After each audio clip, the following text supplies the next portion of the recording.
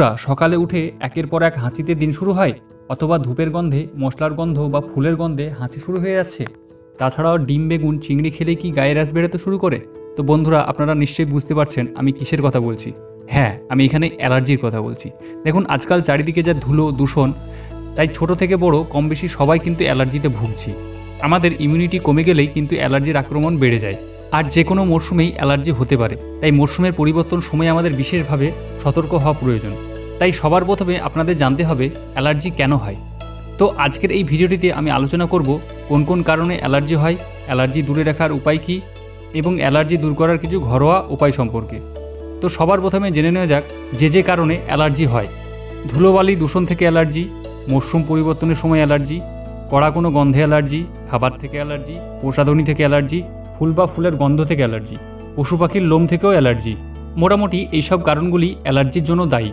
আর allergy থেকে মুক্তি পেতে কিছু সতর্কতা অবলম্বন করতে হবে, এবং অ্যালার্জি দূর করার ঘরোয়া কিছু টোটকাও রয়েছে, যেগুলি ব্যবহার করলে অনেকটাই সুস্থ থাকা যাবে। এরপর জানা যাক অ্যালার্জি দূরে রাখার কিছু উপায়। 1. মাস্ক ব্যবহার করুন। দেখুন, দূষণের মাত্রা দিন দিন বেড়েই চলেছে, আর তার সঙ্গে রয়েছে ধুলোবালি। এসব থেকে বাঁচতে যখনই বাইরে বেরোবেন তখন মাস্ক ব্যবহার করুন।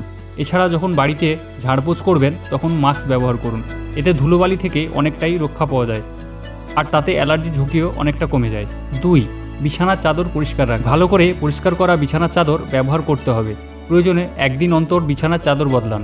আর সব থেকে বেশি জরুরি বালিশের কভার। আপনি যে বালিশ ব্যবহার করেন সেই বালিশের কভার রোজ বদলালেই ভালো হয়। এতে বিছানা বালিশের ধুলোবালি থাকা সম্ভাবনাও কমে। আর শুতে যাওয়ার আগে বিছানা কিন্তু ভালোভাবে পরিষ্কার করে নিতে হবে। 3. বালিশ রোদে দেওয়া। অনেক সময় বালিশের তুলো থেকেও অ্যালার্জি হয়, তাই নিয়ম করে প্রত্যেক দিন বালিশ রোদে দিতে হবে। 4. পরিষ্কার জামা কাপড়। রোজ পরিষ্কার করা জামা কাপড় পরতে হবে, কারণ রোজ বাইরে বেরোনোর ফলে জামা কাপড়ে ধুলোবালি লাগে, তার ফলে অ্যালার্জির অ্যাটাক হওয়ার সম্ভাবনা বাড়ে। 5. প্রসাধনী। যেসব প্রসাধনী থেকে অ্যালার্জি হয় সেই সব প্রসাধনী ব্যবহার করবেন না। নতুন কিছু কেনার আগে অ্যালার্জি টেস্ট করে তবেই কিনুন। আর যাদের ডাস্ট অ্যালার্জি তারা মুখে পাউডার জাতীয় কিছু ব্যবহার করবেন না। এরপর জানা যাক অ্যালার্জি দূর করার কিছু ঘরোয়া উপায়। 1. প্রতিদিন নিয়ম করে 1 চামচ আপেল সাইডার ভিনিগারের সঙ্গে 2 চামচ আমলকির রস মিশিয়ে দিনে অন্তত 2 বার খান। দেখবেন ধীরে ধীরে অ্যালার্জির সমস্যা থেকে মুক্তি পাবেন। 2. অ্যালার্জির দারুণ ওষুধ হলো পেঁয়াজ, আর তার সঙ্গে মধু হলে তো কোনো কথাই নেই। 1 চামচ পেঁয়াজের রসের সঙ্গে 1 চামচ মধু মিশিয়ে রোজ সকালে এবং রাতে খেতে হবে। 1 সপ্তাহ খাওয়ার পর নিজেই বুঝতে পারবেন পরিবর্তনটা। 3. দেখুন, তুলসী পাতা সর্দি কাশি কমাতে দারুণ কাজ করে, আর নানা রোগের আয়ুর্বেদিক ওষুধও বটে। মধু আর হলুদও।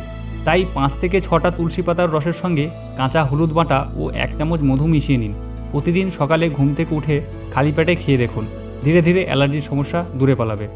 4. কমলা লেবু আর মোসাম্বিতে রয়েছে ভিটামিন সি, যা অ্যালার্জির জন্য খুবই উপকারী। তাই প্রতিদিন এই 2 লেবুর রস মিশিয়ে খেলে অ্যালার্জির আক্রমণ থেকে দূরে থাকা যাবে। 5. গ্রিন টি তো ওজন কমানোর জন্য নিশ্চয়ই খান, কিন্তু এটা কি জানেন গ্রিন টিতে রয়েছে অ্যালার্জি রোধ করার গুণ? গ্রিন টির মধ্যে মিশিয়ে খান মধু। এই হার্বাল টি অ্যালার্জি দূর করতে অত্যন্ত উপকারী। তো বন্ধুরা, আজকের এই ভিডিওটিতে আপনারা জানতে পারলেন অ্যালার্জি কেন হয় এবং অ্যালার্জি দূর করার কিছু ঘরোয়া উপায় সম্পর্কে। তাই বন্ধুরা, আপনারা যদি এই ভিডিওটিতে উপকৃত হয়ে থাকেন তাহলে কমেন্ট করে অবশ্যই জানাবেন, ও আমার এই চ্যানেলটি সাবস্ক্রাইব করে পাশে থাকা বেল আইকনে ক্লিক করবেন।